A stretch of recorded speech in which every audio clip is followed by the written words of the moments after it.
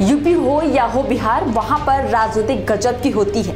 वहां की राजनीति में अपराधियों का रसूख सत्ता के सिर चढ़कर बोलता रहा है। कवित्री मधुमिता शुक्ला हत्या में पूर्व मंत्री अमरमणि त्रिपाठी का नाम आते ही राजनीतिक गलियारों में हुकार मच उठती है। अमरमणि त्रिपाठी और उनकी पत्नी मधुमणि की रिहाई के आदेश को लेकर हल्ला मचना शुरू हो गया है। लेकिन राजनीति में यह कोई पहला मामला नहीं है। इससे पहले भी कई सांसद और विधायकों के राजनीतिक रसूख के चलते ऐसे अभ्युदान मिलता रहा है।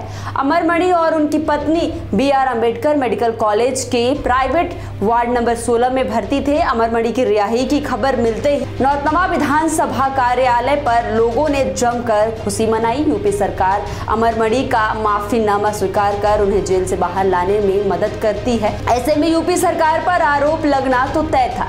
इस दौरान एक दूसरे को मिठाई खिलाने के साथ ही आतिशबाजी भी की गई। कार्यकर्ताओं ने कहा पूर्वांचल का शेर आ रहा है। अब एक बार फिर राजनीतिक सरगर्मियां तेज हो जाती हैं। दूसरी तरफ मधुमती की बहन निधि शुक्ला के आंसू रुकने का नाम ही नहीं ले रहे हैं। उनका तो यहाँ तक कहना है कि मेरा दुर्भाग्य है जो यूपी में मैंने जन्म लिया। अगर जिंदा बचती तो लड़ाई लड़ती रहूंगी। उन्होंने अमरमणि की रिहाई पर कई सवाल भी खड़े किए। ऐसे में सवाल उठता है कि क्या भाजपा को यूपी में ब्राह्मण वोटों के बिखरने का डर सता रहा है? शायद इसलिए बीजेपी अमरमणि त्रिपाठी को मैदान में ला रही है। हालांकि अभी तक कोई ऐसा संकेत नहीं मिला है कि बीजेपी अमरमणि त्रिपाठी को पार्टी में शामिल करने जा रही है।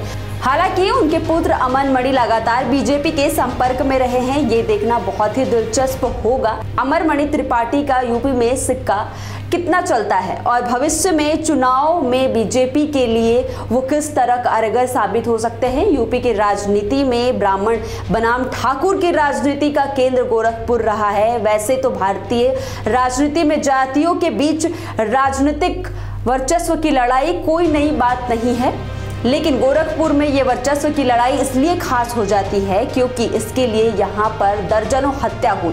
गोरखपुर मठ में महंत ठाकुर परिवारों से ही होते रहे हैं। गोरखनाथ मंदिर के तत्कालीन महंत दिग्विजय नाथ के समय से गोरखपुर यूनिवर्सिटी के तत्कालीन VC सूरत नारायण मणि त्रिपाठी के समय ये वर्चस्व की जंग खूनी हो गई। माफिया डॉन हरिशंकर तिवारी के उदय के पीछे सूर्य नारायण मणि त्रिपाठी का ही बताया जाता है, जिन्होंने ताकतवर मठ से मुकाबले के लिए हरिशंकर तिवारी को तैयार किया। ब्राह्मणों की ओर से हरिशंकर तिवारी ने करीब 4 दशकों तक मोर्चा संभाले रखा। गोरखपुर के स्थानीय राजनीतिक कवि हरिशंकर बनाम वीरेंद्र शाही, हरिशंकर बनाम वीर बहादुर सिंह, हरिशंकर बनाम योगी आदित्यनाथ के रूप में चलती रही। हरिशंकर तिवारी बनाम वीरेंद्र शाही के बीच गैंगवार के समय गोरखपुर दुनिया में दूसरा सबसे अधिक क्राइम वाले जगह के रूप में कुख्यात हुआ। यही समय था जब एक दारोगा के पुत्र अमरमणि त्रिपाठी माफिया डॉन हरिशंकर तिवारी के खेमे का प्रमुख सदस्य बनता है। हरिशंकर तिवारी अमरमणि को अपने धुर विरोधी वीरेंद्र शाही के खिलाफ खड़ा करते हैं। हालांकि बाद में नौतनवा की राजनीति को लेकर अमरमणि और हरिशंकर तिवारी में गहरे मतभेद हो गए। हरिशंकर तिवारी और अमरमणि एक दूसरे के विरोधी हो गए, पर खून के प्यासे कभी नहीं हुए।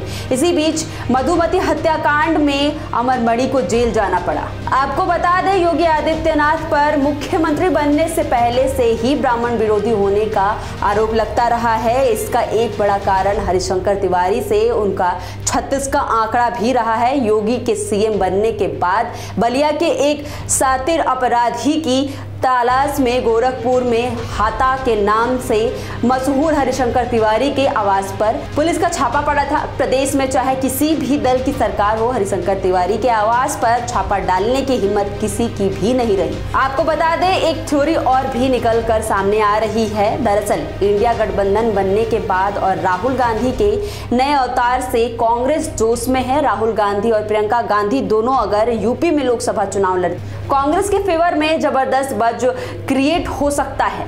ऐसे में समझा जा रहा है कि बीजेपी के ब्राह्मण वोट में गिरावट हो सकती है। दरअसल ब्राह्मण परंपरागत रूप से कांग्रेस के वोटर रहे हैं।